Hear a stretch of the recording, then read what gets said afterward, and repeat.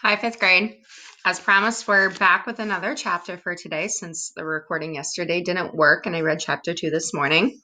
So here is chapter 3. We're going to find out some more about Melody. I guess I figured out I was different a little at a time. And since I had never had trouble thinking or remembering, it actually sort of surprised me that I couldn't do stuff, and it made me angry. My father brought home a small stuffed cat for me when I was really little, less than a year old. I'm sure it was white and soft and just the right size for chubby baby fingers to pick up. I was sitting in one of those baby carriers on the floor, strapped in and safe as I checked out my world of green shag carpet and matching sofa. Mom placed the toy cat in my hands and I smiled. Here, Melody, Daddy brought you a play pretty. She cooed in the high-pitched voice that adults use with children. Now, what's a play pretty? As if it's not hard enough figuring out real stuff, I have to figure out the meanings of made-up words. But I loved the soft coolness of the little cat's fur. Then it fell on the floor. Dad placed it in my hands the second time. I really wanted to hold it and hug it, but it fell on the floor once more. I remember I got mad and started to cry. Try again, sweetie, Dad said, sadness decorating the edges of his words. You can do it. My parents placed the cat in my hands again and again, but every single time my little fingers could not hold it, and it tumbled back down to the carpet. I did my own share of tumbling onto the rug. I guess that's why I remember it so well. It was green and ugly when you looked at it up close. I think shag carpeting was outdated even before I was born. I had lots of chances to figure out how the threads of a rug are woven as I lay there waiting for someone to pick me up. I couldn't roll over, so it just irritated me, the shag rug, the smell of spilled sour milk in my face until I got rescued. My parents would prop me up on the floor with pillows on either side of me when I wasn't in the baby seat. But I'd see a sunbeam coming through the window, turn my head to watch the little dust things that floated in it, and bam, I'd be face first on the floor. I'd shriek one I'd shriek. One of them would pick me up, quiet me, and try to balance me better within the cushions. Still, I'd fall again in a few minutes. But then Dad would do something funny, like try to jump like the frog we were watching on Sesame Street, and it would make me giggle. And I'd fall over again. I didn't want to fall or even mean to. I couldn't help it. I had no balance at all. None. I didn't understand at the time, but my father did. He would sigh and pull me up onto his lap. He'd hug me close and hold the little cat or whatever toy I seemed to be so interested in so I could touch it. Even though he sometimes made up his own vocabulary, Dad spoke baby talk to me like my mother did. He always spoke to me as if he were talking to a grown-up, using real words and assuming I would understand. He was right. Your life is going to be is not going to be easy, little Melody, he'd say quietly. If I could switch places with you, I'd do it in a heartbeat. You know that, don't you? I just blinked, but I got what he meant. Sometimes his face would be wet with tears. He'd take me outside at night and whisper in my ear about the stars and the moon and the night wind. The stars up there putting on a show just for you, kid, he'd say. Look at that amazing display of sparkle. And feel that wind? It's trying to tickle your toes. And during the day, he would sometimes take off all the blankets that my mother insisted I be wrapped in and let me feel the warmth of the sun on my face and legs. He had placed a bird feeder on our porch, and we would sit there together as the birds started in, picking up seeds one at a time. That red one is a cardinal, he'd tell me, and that one over there is a blue jay. They don't like each other much, and he'd chuckle.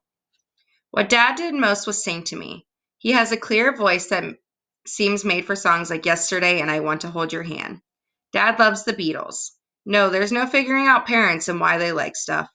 I've always had very good hearing. I remember listening to the sound of my father's car as he drove up our street, pulled into the driveway, and rustled in his pocket to find his house keys. He'd toss them on the bottom step. Then I'd hear the sound of the refrigerator door open twice. The first time he'd get something cold to drink, the second time he'd search for a huge hunk of Munster cheese. Dad loves cheese. It doesn't agree with his digestive system very well, though. Dad has the loudest, stinkiest farts in creation. I don't know how he manages to control them at work, or even if he does, but when he'd get home, he'd let them loose. They'd start as he walked up the stairs. Step, fart, step, fart, step, fart. I'd be laughing by the time he got to my room, and he'd lean over my bed and kiss me. His breath always smelled like peppermints. When he could, Dad read to me. Even though I know he had to be tired, he'd smile, pick out a book or two, and I'd get to go to the Where the Wild Things Are or to Where the Cat in the Hat was making a mess. I probably knew the words by heart before he did. Good night, moon. Make way for ducklings. Dozens more. The words to every single book my father ever read to me are forever tucked inside.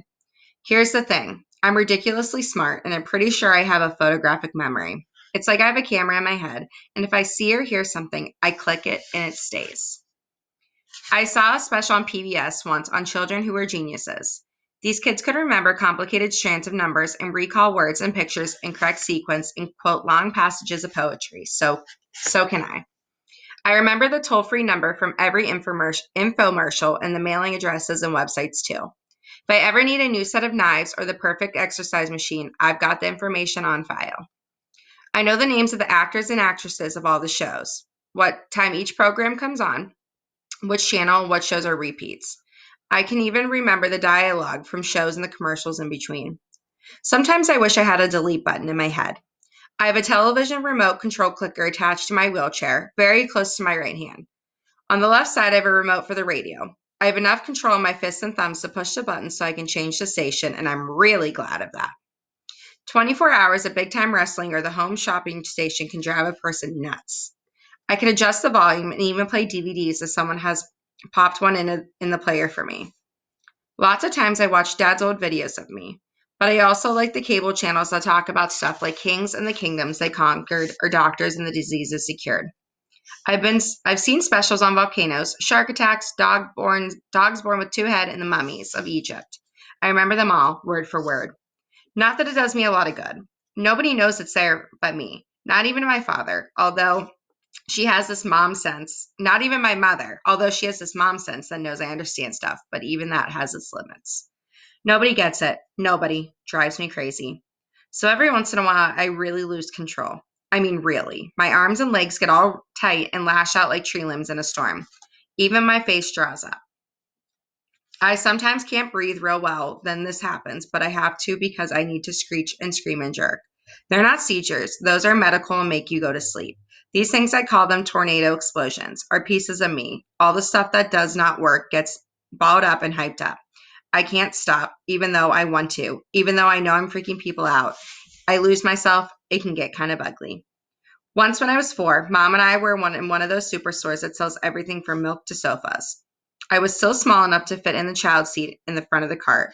Mom always came prepared and stuffed pillows on each side of me so I wouldn't tilt.